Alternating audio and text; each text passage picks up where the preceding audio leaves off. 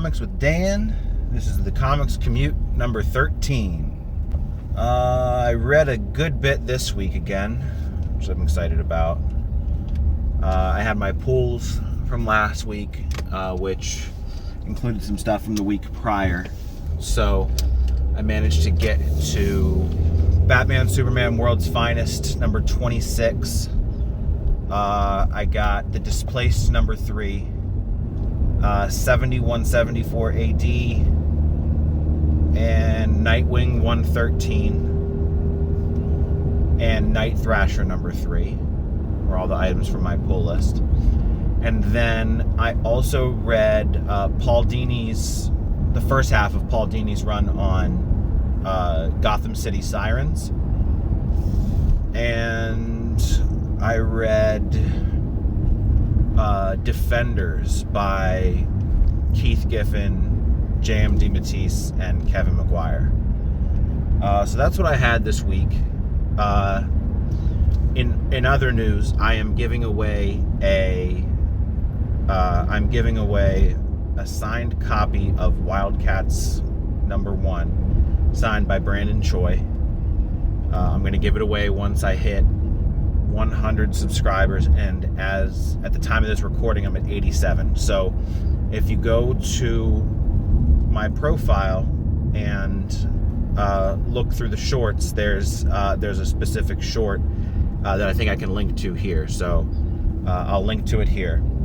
And but all you need to do is make sure you're subscribed and make sure that you comment on that video, because what I'll do is I'll count up the number of comments on that video and do a random number generator to pick a random winner from those comments. So if you want a chance to win that, you can do that. It's in really great condition. It still has those card inserts in them, or in it. It's got Spartan and Voodoo. I don't know if they varied. The Wildcat cards varied when the book was released or not. I have another copy of it, so actually I should check and see if they're any different, or if it's just Spartan and Voodoo in the first issue, no matter what. So let's get into it. So Batman Superman World's Finest number 26 is the start of the fifth dimensional imp run with Batmite and Mxyzptlk. Completely nailed the pronunciation there. So I didn't think I was gonna care for it too much, because I like Batmite in like the New Adventures of Batman and Robin, the old 60s cartoon. I like Batmite in that. I didn't care for the Nightmite issue of Nightwing, so I just wasn't sure I was going to like this.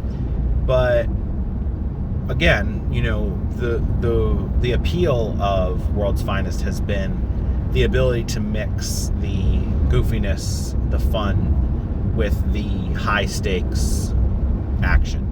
And so they did a perfect job of that again. Wade and Mora crushed it.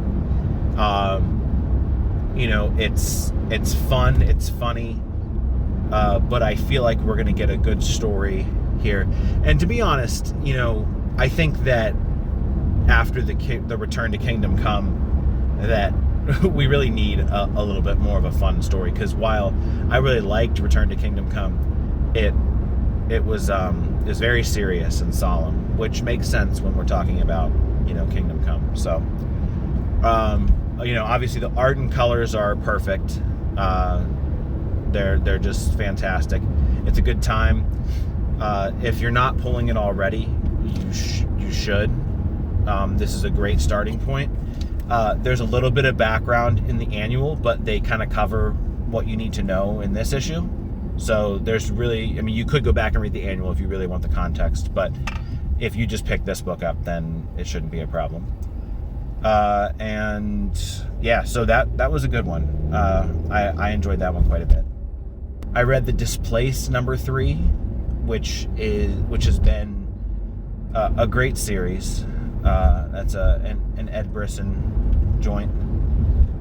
And he's building this, building up this scenario where the lawlessness of these people that have been forgotten.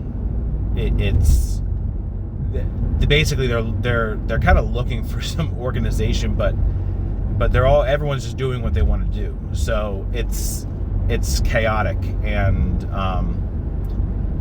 at the midpoint of what's going to be a 5-issue series, I think that's the perfect spot to be in, because we now have 2 issues to wrap up. Okay, we've seen what the problem is. We see how our characters are reacting to the problem, which is not well.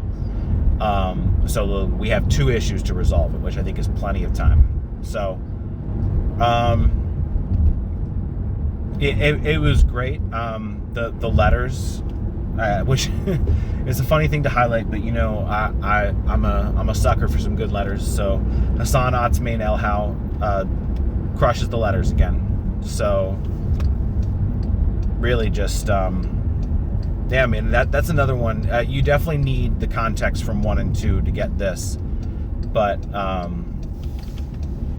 that's another one. It's definitely worth going back and trying to find issues 1 and 2. Or if you don't want to go back and do the individual pulls, definitely get this in trade. It'll definitely read well in trade. 7174 AD. I'm not going to take a lot of time on this. Believe the artist's name is Ashley Wood. He I just don't think it was for me. I know. I can tell that he's a talented artist, but most of the art, I had a hard time telling what was happening. I had no idea what was going on, and then for most of the story, I had no idea what was going on. And at the end of the day, a comic is a story. So I think that I should be able to tell what's going on. And now I don't know.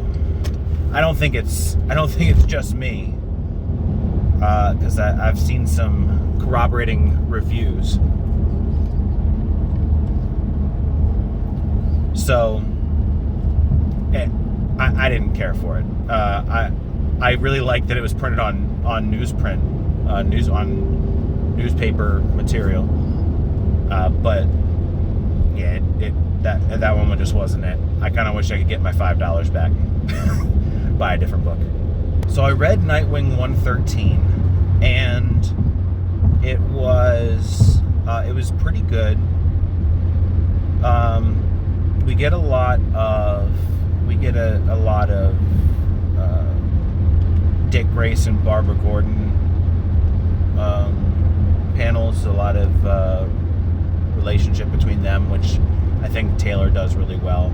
Although I have to say that while he writes it really well, at this point when he puts them together, I just think about how he missed an opportunity to have them get married, which I would have loved. But it is what it is. I'm excited that it's leading up to the Fallen Grayson arc, so I think that'll be good. There was a really cool kind of, I guess the art style I would call sort of abrupt or maybe rough around the edges, but it really reminded me of the Dixon run, where Nightwing basically stops a train that has a bomb on it. And it was just a really cool, short little story that I liked.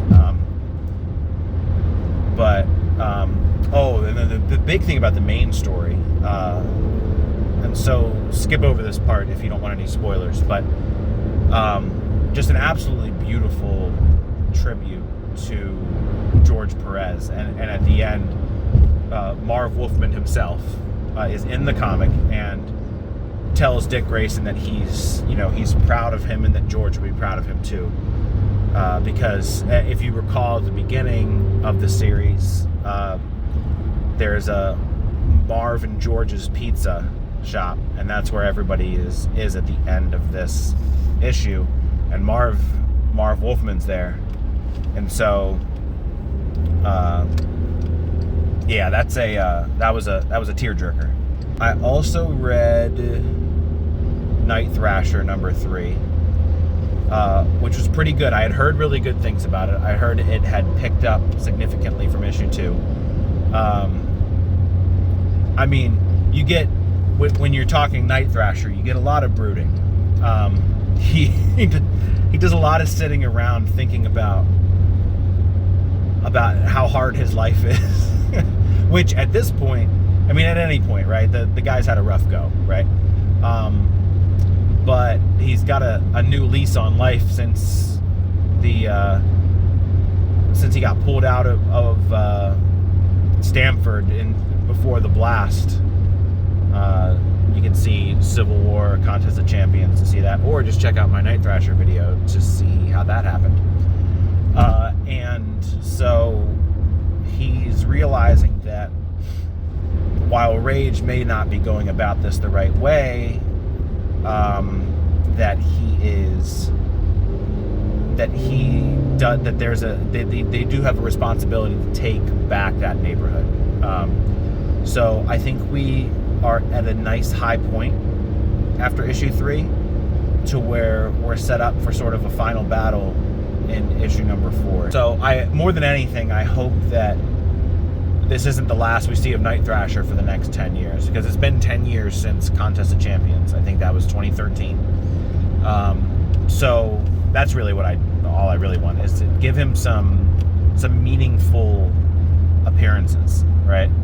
I think they could have worked him into Blood Hunt really well, so I don't know if they will or not, but in Contest of Champions, he was really cool. Like, the few issues that he was there, he was taking charge, he was doing all his 90s stuff, and Elektra was losing her mind that he was hacking into stuff. It was hilarious. It was great.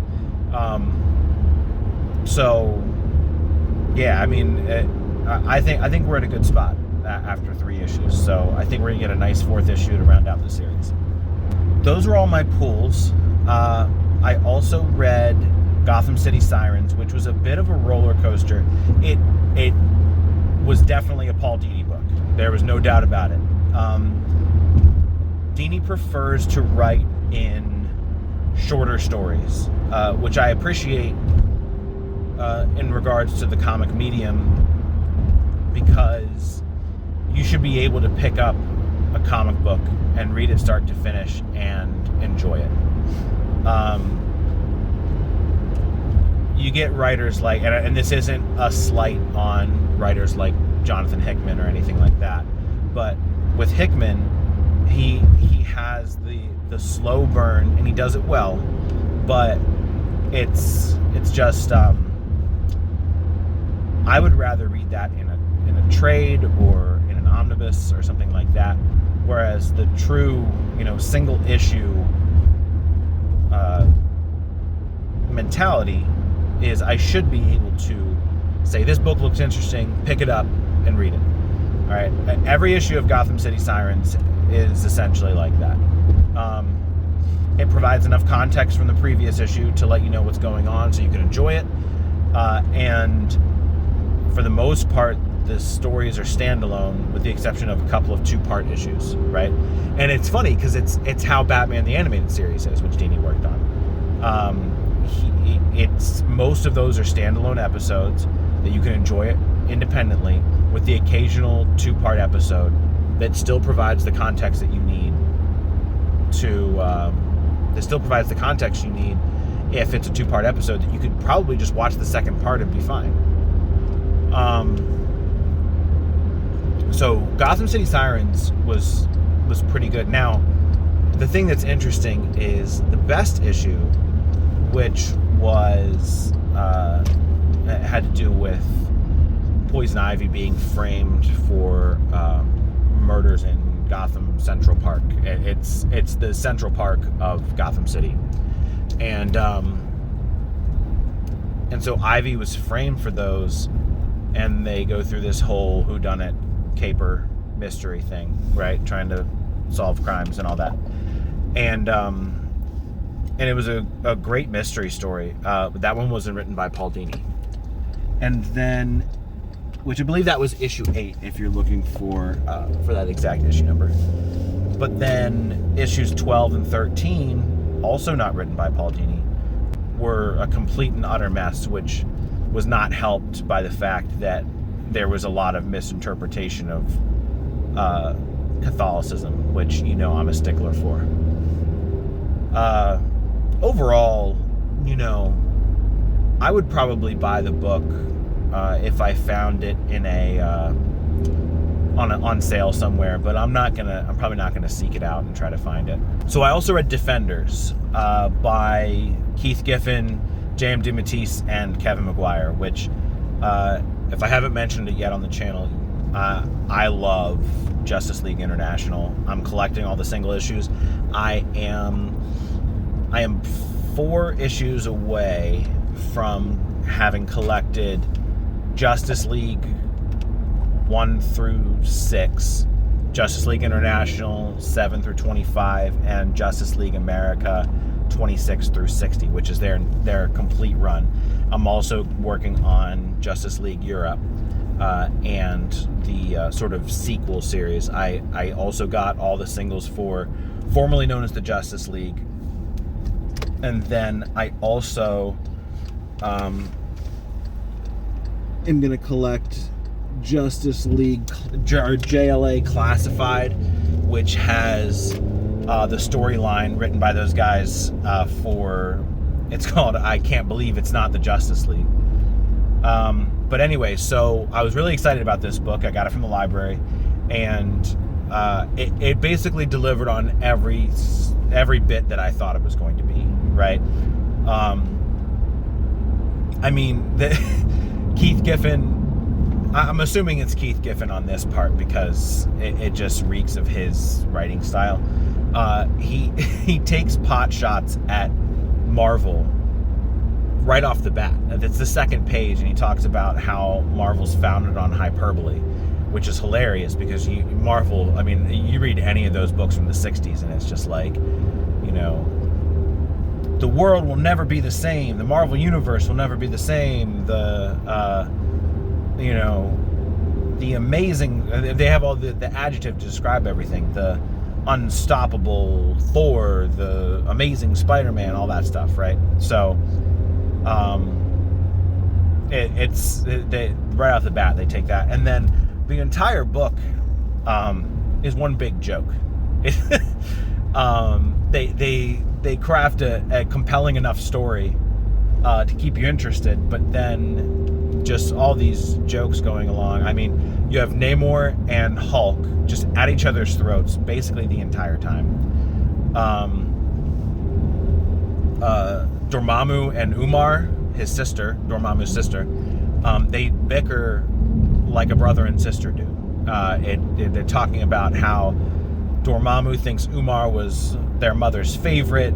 It's just, Dormammu's this giant galactic, cosmic threat, and he's so moany and whiny and insufferable the entire time. It's just hilarious. And there's these running jokes and gags, and it's exactly what I wanted out of the book.